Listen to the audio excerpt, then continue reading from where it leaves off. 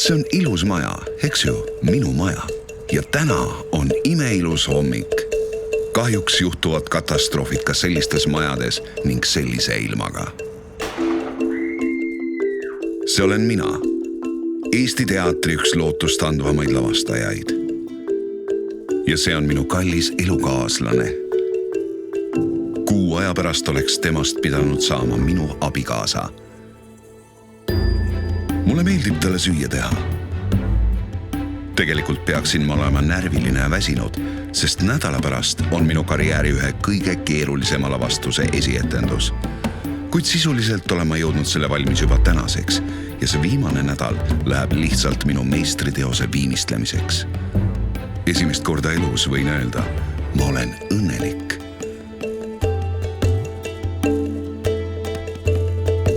Kuid nagu öeldud, katastroof ei küsi, mis ilm on, kus sa elad või kui õnnelik sa oled.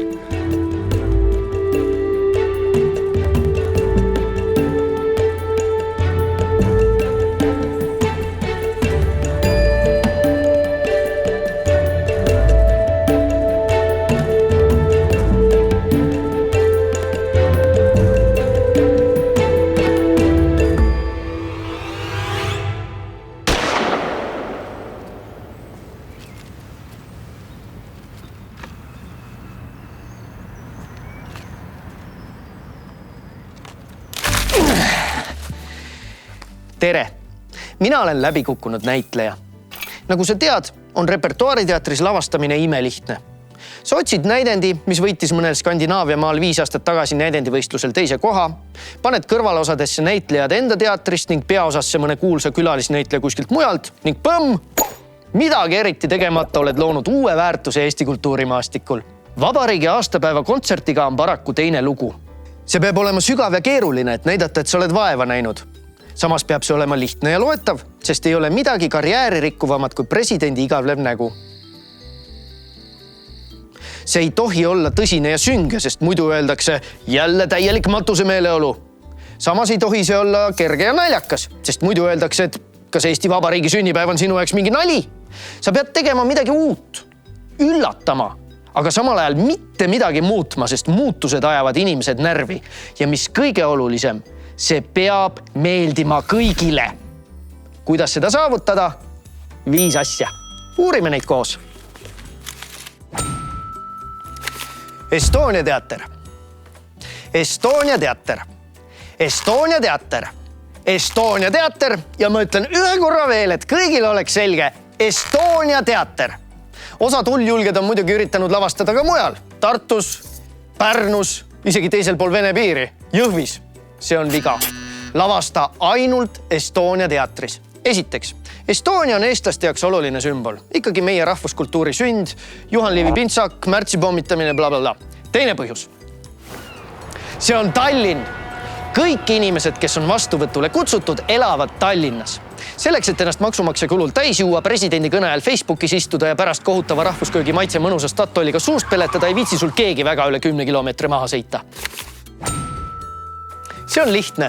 Sa pead lihtsalt kõva häälega mõtlema, mida küll vabariigi aastapäeva kontserdil esitada, kui krabinal tuleb ahju alt välja Tõnu Kaljuste ja teeb selle sinu eest ära. Talle see töö väga meeldib ja tema lemmikmuss on Pärt, Sumera ja tohutus koguses tormist. Pead arvestama ainult, et ta kipub kangesti ka dirigeerima. Muidugi sa võid võtta puulusika ja talle sellega vastu pead virutada, aga oma pead läheb sul raskeks.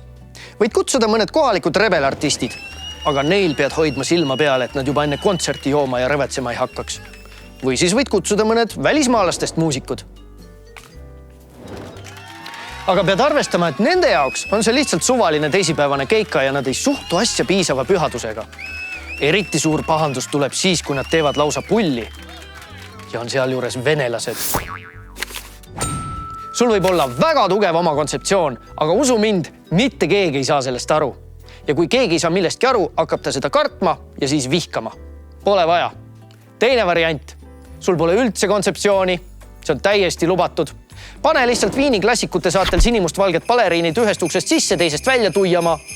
Kellelgi pole midagi kobiseda. Võid kasutada lapsi, see töötab. Aga laisk.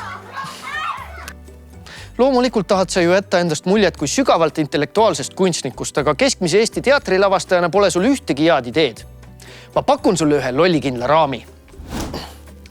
Pane lavale 20-ndates naisterahvas. Ja no ikka püss naisterahvas. Soovitavalt palja jalu. Ja võimsa lauluhäälega. Ta käib ja laulab ja on kergelt meeleheitel. Ühel hetkel peab ta vastu seisma endast 100 kordi võimsama jõuga objektile, mida võib kehastada meeskoor, harvester või kas või pappkast. Ja loomulikult ta võidab, sest tal on käes šamaanitrumm. Lõpus laulavad kõik, ta lendab mesipuu poole, valge tähepauk. Ülejäänud meile kergesti arusaadavad kujundid on mets, meri, taevas, kala, lill. Ohutud ega solva kedagi. Pane neid palju ja igale poole. Kindlasti tahad sa kõigile näidata oma ideaalilähedasi väärtushinnanguid. Mingil juhul ära anna välja, kas need on liberaalsed või konservatiivsed. Eriti ära ütle, et mõlemad on vajalikud, siis hakkavad kõik sind vihkama. Ohutu sihtmärk, kelle poole näpuga viibutada, on ärimehed, massikultuur ja kommertsialiseerumine. Muidugi meeldivad meile kõigile dividendid, Vanemuise muusikalid ja näosaade, aga avalikult ei tunnista ju seda keegi. Leia mõned arvamusliidrid, kellega sa paremini läbi saad. Seleta neile juba enne kontserti algust kogu point lahti ja palu siis sellelt saatejuhilt, kes harilikult hommikutelevisiooni teeb, minna just neilt arvamust küsima. Üks asi veel. Hea komme näeb ette, et lavastajad ise kummardama ei lähe, aga kui sa ikka väga kibeled, siis jõudu ja edu teile minu poolt ja pidage meeles, ei ole midagi tähtsamat siin maailmas kui vabariigi aastapäeva pidulik kontsert. Aga tellimine Fresh Coast on täiesti stressivaba kõigile.